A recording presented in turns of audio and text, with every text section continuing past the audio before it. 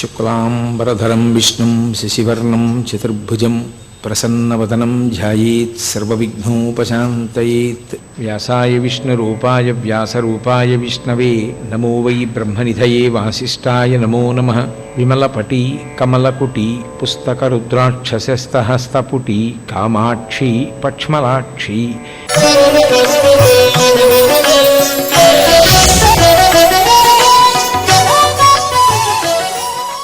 కరీంద్రాయద్రుహ్యత్యలసుగతిలీలాసు విమలైః పయోజైర్మాత్సర్యం ప్రకటయతి కామం కలయతే.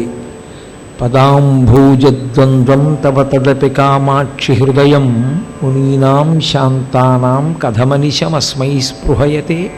ఆర్యాశతకము, ఆర్యా అన్న మాటకు అర్థం ఏమిటంటే పెద్దరికమున్నది, విశిష్టమైనది, చాలా గొప్పది అని అర్థం. చాలా గొప్పది విశిష్టమైనది భగవతియే. ఆవిణ్ణి పొందడం కోసమే మనం ఆశ్రమ స్వీకారం చేస్తాం.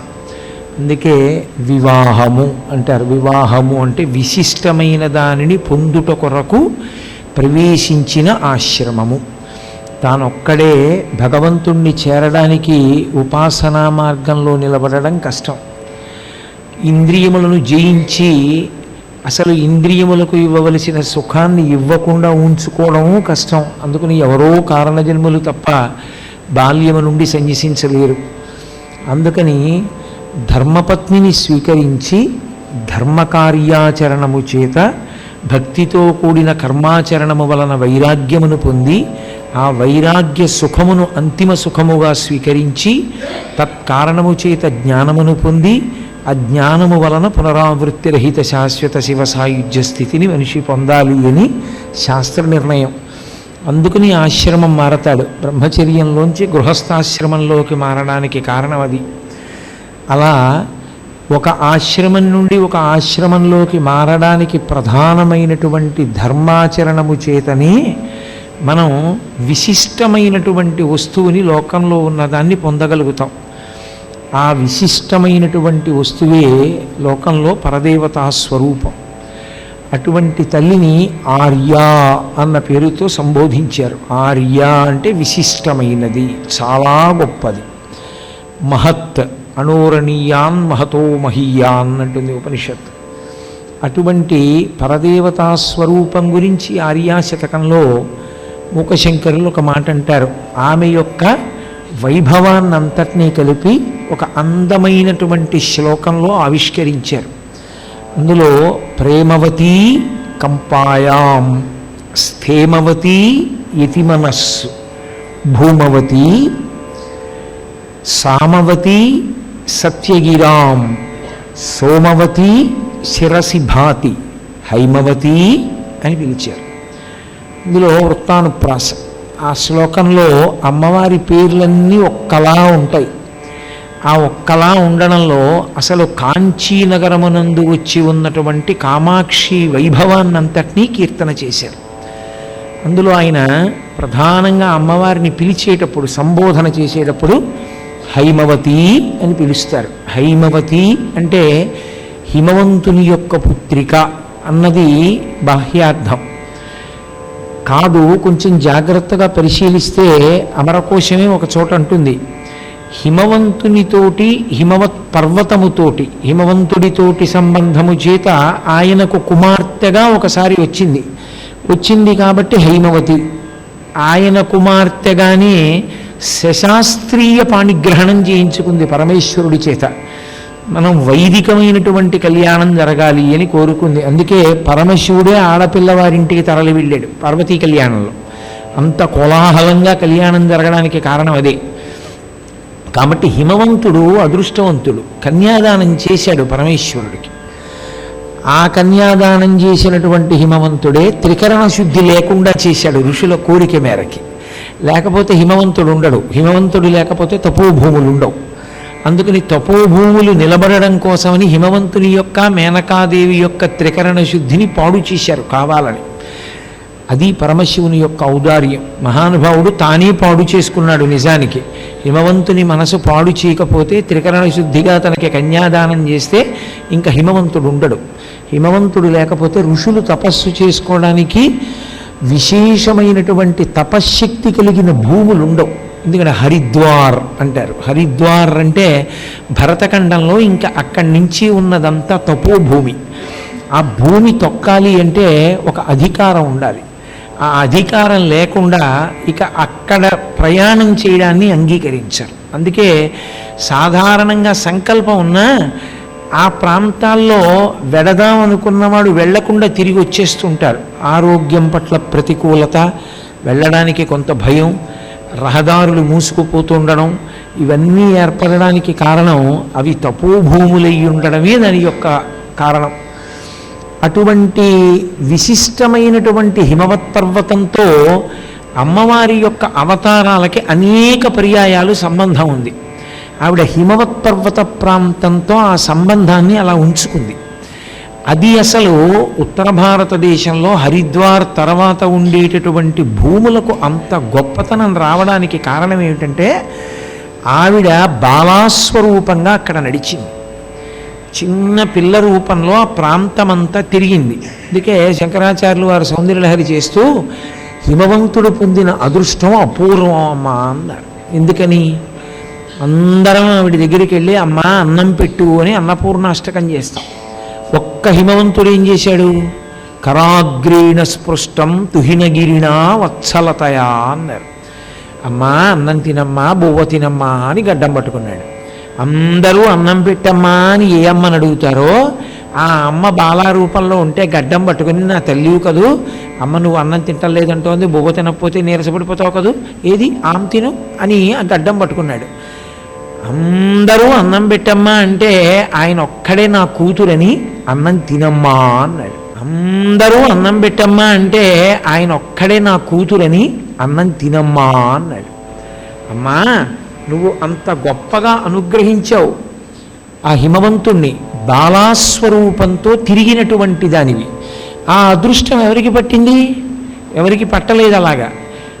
అమ్మ బువ్వ తిను అని ఇలా పట్టుకోవడం, ఉమా తపస్సు చెయ్యొద్దు, నువ్వు ఆరోగ్యం ఉండదు, శరీరం పాడైపోతుంది అని బెంగ పెట్టుకుని కూతురు అని ఆప్యాయతతో మాట్లాడడం, ఆ పిల్లకి తపస్సులో పరమశివుడు మన్మధుణ్ణి కాల్చేస్తే ఇబ్బంది వచ్చిందని మళ్ళీ వెనక్కి తీసుకెళ్ళిపోవడం, పార్వతీ కళ్యాణం చేయడం, తోరణాలు కట్టడం, అసలు సమస్త లోకాలలో ఉండేటటువంటి దివ్య పురుషులందరూ హిమవత్ పర్వత ప్రాంతానికి చేరుకోవడం, పార్వతీ కళ్యాణం చేయడం, ఈ స్పర్శ అంతా ఎందువల్ల వచ్చింది హిమవత్ పర్వతానికి?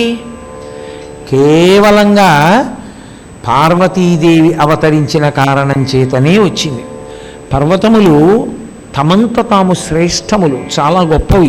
ఎందుకు అంత గొప్పవి అంటే స్కంద పురాణంలో ఆ భూదేవి అడిగింది ఆదివరాహమూర్తిని, పర్వతములకు ఇంత గొప్పతనం ఎందుకు వచ్చింది అని అడిగింది ఆవిడ. అడిగితే ఆదివరాహమూర్తి పాదముల చింత భూదేవి కూర్చునుంటే ఆమెతో చెప్పాడు, భూదేవి వాటికి భూధరములని పేరు, అవి భూమి మీద ఎత్తుగా బరువుగా ఉన్నట్టు కనపడతాయి, కానీ ఈ భూమిని అంతటినీ నేను నా కోర మీద పెట్టి సముద్రంలోంచి పైకెత్తినప్పుడు నిర్ణయం చేశాను, దీని కింద దిగ్గజములు నిలబడి కాపాడుతూ ఉంటాయి, పైన కొంత బరువుని ఆపడానికి భూధరములన్న పేరుతో ఈ పర్వతములే భూభారమును వహిస్తూ ఉంటాయి, అందుకే అవి పరమ పవిత్రములు శక్తివంతములు అని దక్షిణ దేశంలో అరుణాచల పర్వతం గొప్పది అంటూ చెప్పుకొచ్చాడు. వెంకటాచలం వాటి గురించి, శ్రీశైలం, సింహాచలం వాటి గురించి చెప్తే భూదేవి స్తోత్రం చేసింది. అప్పుడు ఎత్తి పొదివి పట్టుకుని తొడ మీద కూర్చోబెట్టుకున్నాడు ఆయన. అటువంటి పర్వతములలో హిమవత్ పర్వతానికి కలిగినటువంటి గొప్పతనం ఏమిటంటే అందరూ హిమవత్ పర్వతానికి వెళ్ళారు. ఒక పర్వతం ఇంకో పర్వతం దగ్గరికి వెళ్ళింది అని మీకు సాధారణంగా కనపడదు, కానీ అన్ని పర్వతములు వెళ్ళాయి హిమవత్ పర్వతం దగ్గరికి. ఎందుకు వెళ్ళవలసి వచ్చింది అంటే ఆయన శుభలేఖ వేశాడు. శుభలేఖ వేసినప్పుడు మనం ఎలా వేస్తామో అలాగే వేశాడు. బంధుమిత్ర సపరివార సమేతముగా రండి మీరన్నాడు. రమ్మంటే మరి ఎలా వెళ్ళాలి? పర్వతాలు వెళ్ళాలంటే పర్వతాలకి కూతురెవరు? నది. పర్వతంలోనే పుడుతుంది నది. అల్లుడెవరు? సముద్రం. కాబట్టి ఇప్పుడు నదులన్నీ వెళ్ళాయి, సముద్రాలన్నీ వెళ్ళాయి. అడవుల మీద ఏముంటాయి? వనాలు ఉంటాయి, వనాలన్నీ వెళ్ళాయి. వనాల్లో ఏముంటాయి? మృగాలు ఉంటాయి, అవన్నీ వెళ్ళాయి. పర్వతాల్లో కలువులు ఉంటాయి, ఎలకలు ఉంటాయి, ఎలకలు కూడా వెళ్ళాయి. అందుకని భూభారం పెరిగిపోయింది అటువైపు. అందుకని అగస్త్య మహర్షి దక్షిణ దేశానికి రావాల్సి వచ్చింది. ఒక్క పరదేవత అక్కడ అవతార స్వీకారము చేసినటువంటి కారణం చేత 3 భువనములలో పవిత్రములైనవన్నీ కూడా హిమవత్ పర్వతానికి చేరుకున్నాయి. అది అమ్మా నీ గొప్పతనం. ఏ ఇంట ఒక మహాత్ముడు జన్మిస్తాడో ఆ ఇంటికి అనేక మంది మహాత్ములు పెడతారు కదా. ఇప్పుడు ఒక మహాపురుషుడు ఉన్నారనుకోండి, ఆయన్ని చూడడానికి ఎవరు వస్తారు? మహాత్ములే వస్తారు. ఆ ఇంటికి వచ్చే వాళ్ళందరూ భాగవతోత్తములే. ఆ ఇంటికి ఎందరో భాగవతోత్తములు వస్తూ ఉంటారు. వచ్చిన భాగవతోత్తములు ఏం మాట్లాడతారు? భగవంతుడి గురించి మాట్లాడతారు. మాట్లాడి ఏం చేస్తారు? కాసిన మంచినీళ్ళు తాగండి అంటే కాసిన మంచినీళ్ళు తాగుతారు. అయ్యా మీరు ఇంత మహోన్నతులు మా ఇంటికి వచ్చారు, ఈ పంచల చాపు తీసుకోండి, ఈ 2 పళ్ళు తీసుకోండి అని ఇచ్చారనుకోండి, వాళ్ళు పుచ్చుకుంటారు. నువ్వు వెతుక్కుంటూ వెళ్ళవలసిన వాడు నీ ఇంటికి వచ్చాడు, వచ్చి పుచ్చుకున్నాడు. ఉట్టినే పోతుంది ఆ పుణ్యం. ఆయన ఎందుకు పుచ్చుకుంటాడు?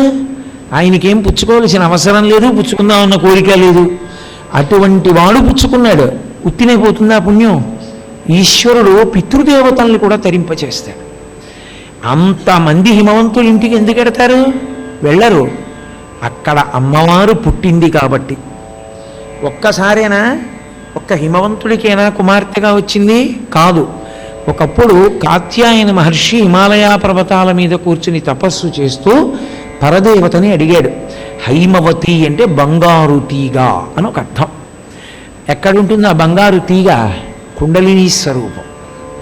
కుండలినీ స్వరూపంగా ఉన్నటువంటి భగవతిని సమాధి యందు ఆరాధన చేసి, ఆవిడ గురించి శంకరాచార్యులు వారు సౌందర్యలహరిలో ఒక మాట చెప్తారు. భజంతి త్వాం ధన్యాః కతిచన చిదానందలహరి అంటారు. ధన్యాః అమ్మా, ఎవరో ఒక మహానుభావుడు ఒక్కడు నిన్ను అర్చన చేస్తున్నాడు, అలా చిదానందలహరి స్వరూపంగా చెయ్యగలుగుతున్నాడు. అలా చేశాడు కాత్యాయన మహర్షి. ఆవిడ ప్రసన్నురాలయ్యింది. ఏం కావాలని అడిగింది. నాకు నువ్వు కూతురుగా రా అన్నాడు. ఆవిడ నవ్వింది. ఎందుకని? హిమవత్ పర్వతంతోటే నా అనుబంధం, మళ్ళీ ఇక్కడే కూతురుగా వస్తున్నాను అని. ఆవిడ ఎంతమందికైనా కూతురు అవుతుంది, వస్తాను, సందర్భం ఉంటుంది అంది. ఆవిడికి భూత భవిష్యత్ వర్తమాన కాలములు తెలుసు. కాత్యాయన మహర్షికి ఇచ్చిన మాట నిజం కావాలి కాబట్టి ఒక ప్రణయ కలాపం ఒకటి జరిగింది కైలాస పర్వతం మీద. పరమశివుడు కూర్చుని ఉన్నాడు. తల్లి ఏమీ తెలియనంత అవివేకేమీ కాదావిడ. ఆవిడకి అన్నీ తెలుసు. కానీ ఒక మహాత్ముడికి ఇచ్చినటువంటి మాట నిలబడాలి. మీరు కాంచీపురంలో ఏకాంబరేశ్వర దేవాలయ దర్శనానికి వెడుతుంటే ఆ శివాలయానికి యువతల ప్రాకారంలో లోపలికి వెళ్ళగానే 2 స్తంభాలు ఉంటాయి. ఆ 2 స్తంభాల మీద ఈ చరిత్ర అంతా ఉంటుంది. పరమశివుడు కైలాస పర్వతం మీద కూర్చుని ఉండగా పార్వతీదేవి వెనక నుంచి వచ్చి హాస్యానికి ఏదో ప్రణయ కలాపంగా ఆయన 2 కన్నులు ఇలా మూసింది. కొద్దిసేపు కొంచెం ఇలా పెట్టింది 2 చేతులు. ఆ కళ్ళు ఏం కళ్ళవి? అవి వందే సూర్య శశాంక వహ్ని నయనం. ఆవిడ ఇలా మూస్తే లోకములు అంధకార బంధురములైపోయి, సూర్యుడు లేడు, చంద్రుడు లేడు, మూతపడిపోయారు. ఇతరులు పెట్టగలరా అలా చెయ్యి? ఆవిడికి చెల్లింది, ప్రణయానికి పెట్టింది ఆవిడ. పరమశివుడు ఉదాత్తుడు, మహాత్యాగి. ఆయన అన్నాడు, నువ్వు ప్రణయం కోసం నా కళ్ళు మూసే ప్రయత్నం చేసినా పార్వతి లోకములు బాధలు అనుభవించాయి. ఇంతమంది బిడ్డలు బాధపడ్డారు. ఎందుకో తెలుసా? సూర్యచంద్రులు లేరు. సూర్యుడు చంద్రుడు కూడా లేకపోతే కటిక చీకటి, కాలము యొక్క ప్రమాణము తెలియదు. ఇప్పుడు పంచాంగం ఉందనుకోండి, ఒకలా లెక్క కడతారు, సూర్యుడు ఇలా కదులుతున్నాడు అని లెక్క కడతారు. ఆగితే పంచాంగాలు ఏమయ్యాయి? తిథులు ఏమయ్యాయి? కాలచక్రం ఏమైంది? ఎంత ఇబ్బంది వచ్చింది లోకానికి. ఏది తిథి, ఏది నైమిత్తికం, ఎప్పుడు పితృకార్యం చేయాలి, ఎప్పుడు దేవతార్చన చెయ్యాలి, చాలా కష్టం వచ్చింది లోకానికి. నువ్వు ప్రణయానికి చేసినా అది లోకమునకు బాధ కల్పించింది. కాబట్టి నువ్వు ఈ పాపాన్ని పోగొట్టుకోవడానికి భూలోకానికి వెళ్ళి తపస్సు చేయి. నువ్వు ప్రణయానికి చేసినా అది లోకమునకు బాధ కల్పించింది. కాబట్టి నువ్వు ఈ పాపాన్ని పోగొట్టుకోవడానికి భూలోకానికి వెళ్ళి తపస్సు చేయి. భూలోకంలో తపస్సు చేయడం అంటే అంత తేలిక కాదు. ఎందుకో తెలుసా? భూలోకంలో తపస్సుకుండే లక్షణం ఏమిటంటే ప్రతిబంధకాలు ఎక్కువ. అదే దేవభూముల యందు మీరు తపస్సు చేశారనుకోండి, ప్రతిబంధకాలు ఏమీ ఉండవు. ఆ భూమికి ఆ లక్షణం ఉంటుంది. అందుకే ఎప్పుడూ కూడా మీరు ఒక విషయాన్ని జ్ఞాపకం పెట్టుకోవాల్సి ఉంటుంది. దేశము కాలము ఈ రెండిటి వలన ధర్మము నిర్ణయం అవుతుంది. ధర్మము అన్ని వేళలా ఒక్కలా ఉండదు. దేశము కాలము. నేను నా ఇంట ఉన్నాను అనుకోండి, అందుకే మనకి మనం చెప్పుకున్న పరాకు దేశకాల సంకీర్తనం, గంగా గోదావరియో మధ్యదేశే స్వగృహే అన్నాను అనుకోండి, ఒళ్ళు దగ్గర పెట్టుకుని పూజ చెయ్యి అని. నీ ఇల్లు ఎక్కడ ఏమున్నాయో నీకు ఈశ్వరుడు ఎంత ఇచ్చాడో నీకు తెలుసు. నువ్వు ఎందుకు దాటవేస్తున్నావు పూజని? ఎందుకు చెయ్యవు కూర్చుని? ఎందుకు వాడవు నీ దగ్గర ఉన్న పరికరాలన్నిటినీ? ఎందుకు నువ్వు దాటవేసేసి తొందరగా లేచి వెళ్ళిపోతున్నావు పూజలోంచి? చెయ్యి. నేను వేరొక చోట ఉన్నాను అనుకోండి, రేపు ఏదో ఎప్పుడో హైదరాబాద్ వెళ్తాను ఉపన్యాసం చెప్పడానికి, ఏదో నాకు విడిది ఇస్తారు, ఆ విడిదిలో ఉంటాను. నా దగ్గర పరికరాలన్నీ ఉంటాయా చేయడానికి? ఉండవు. అప్పుడు నేను ప్రతిరోజు చేసేటటువంటి పూజ ఎంత ఉంటుందో అందులో ఒక 100వ వంతు పూజ నేను మానసికంగా చేసిన. అందుకే ప్రధానమైనటువంటి పూజా పరికరముల పెట్టె అని ఒకటి ఉంటుంది.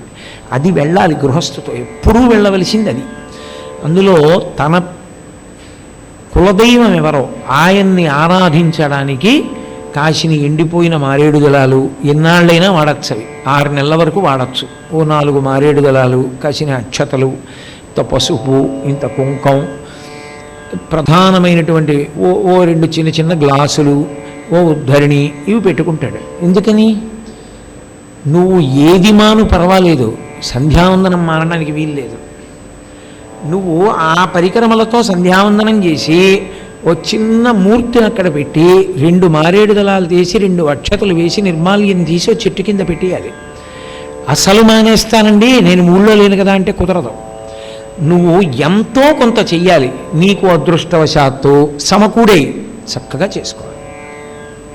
అది అదృష్టం. ఎందుకంటే అరే ఆయనకి పూజా సంభారాలు ఏర్పాటు చేద్దాం అని ఆలోచించేవాడు ఉన్నాడు అనుకోండి, అదొక పెద్ద అదృష్టం. వచ్చిన అతిథికి సమకూర్చిన వాడికి కూడా అభ్యున్నతి. కాబట్టి అది దేశమును బట్టి ధర్మం ఉంటుంది.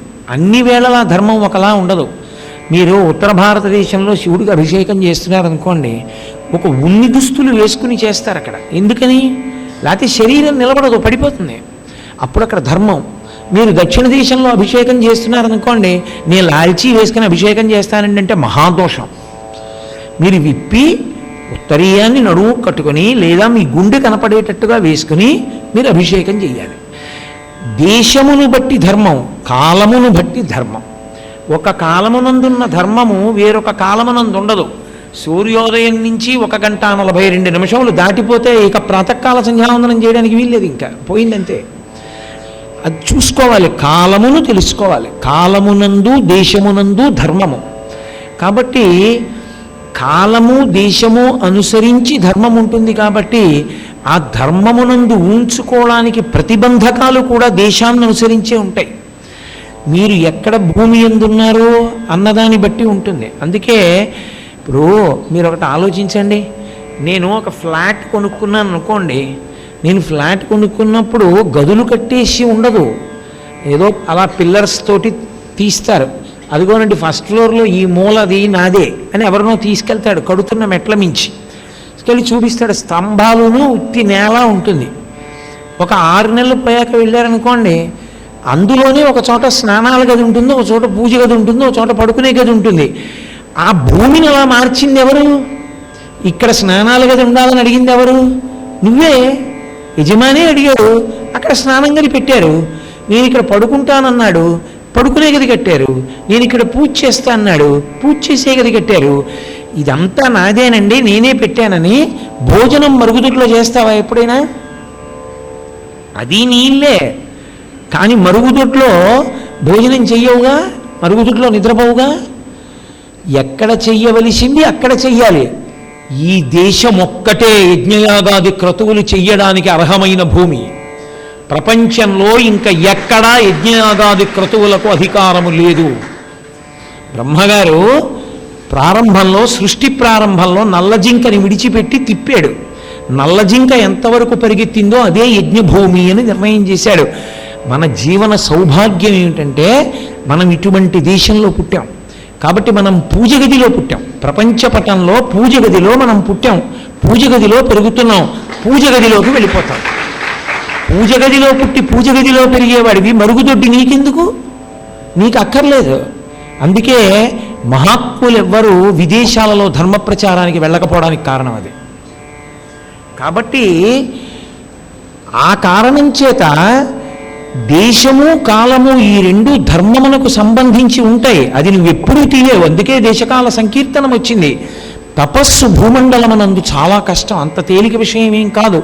ప్రతిబంధకమును తట్టుకోగలిగిన దీక్ష, ఆ దృష్టి ఉంటే తప్ప నిలబడలేడు. కాబట్టి అమ్మవారిని భూమండలం మీద తపస్సు చేయమన్నాడు. పరదేవత హిమోత్పర్వతంలో కాత్యాయన మహర్షికి ఇచ్చినటువంటి మాట మేరకు ఆయనకి కుమార్తెగా వచ్చింది. ఇప్పుడు ఆవిడ పేరు కాత్యాయని, పెద్దదవుతోంది. ఆయన అన్నాడు, అమ్మా నీకు పెళ్లి చెయ్యాలన్నాడు. ఆయనకి తెలీదు, ఆయనకి తెలుసు. ఆమె ఎంతమందికైనా కూతురుగా వస్తుంది, భార్యగా మాత్రం ఒక్క పరమేశ్వరుడికే. ఆవిడ మహాపతివ్రత. ఆవిడంది, నేను పరమశివుడికి ఇల్లాలని నాన్నగారు, మీకు తెలీదా అంది. అమ్మా కానీ ఈ అవతారంలో కళ్యాణం జరగాలి కదూ, అందుకని నీకు నేను కొన్ని వస్తువులు ఇస్తాను. ఆ వస్తువులు పట్టుకుని దక్షిణాభిముఖంగా వెళ్ళిపో. ఏ ప్రాంతాన్ని నువ్వు చేరినప్పుడు ఆ వస్తువులన్నీ మార్పు చెందుతాయో ఆ ప్రాంతమే నువ్వు పరమశివుణ్ణి భర్తగా పొందడానికి యోగ్యమైన ప్రదేశమని గుర్తెరుగు. అక్కడికి వెళ్ళి తపస్సు చెయ్యన్నాడు. అందుకే కామాక్షి మందిరంలో పక్కన తపో కామాక్షి ఉంటుంది. అది కారణం. ఒంటికాలు మీద నిలబడి ఉంటుంది అమ్మవారు. అక్కడికి చేరింది ఆవిడ. అక్కడికి చేరి తపస్సు ప్రారంభం చేసింది. సర్వం శ్రీ ఉమామహేశ్వర పరబ్రహ్మార్పణమస్తు. స్వస్తి.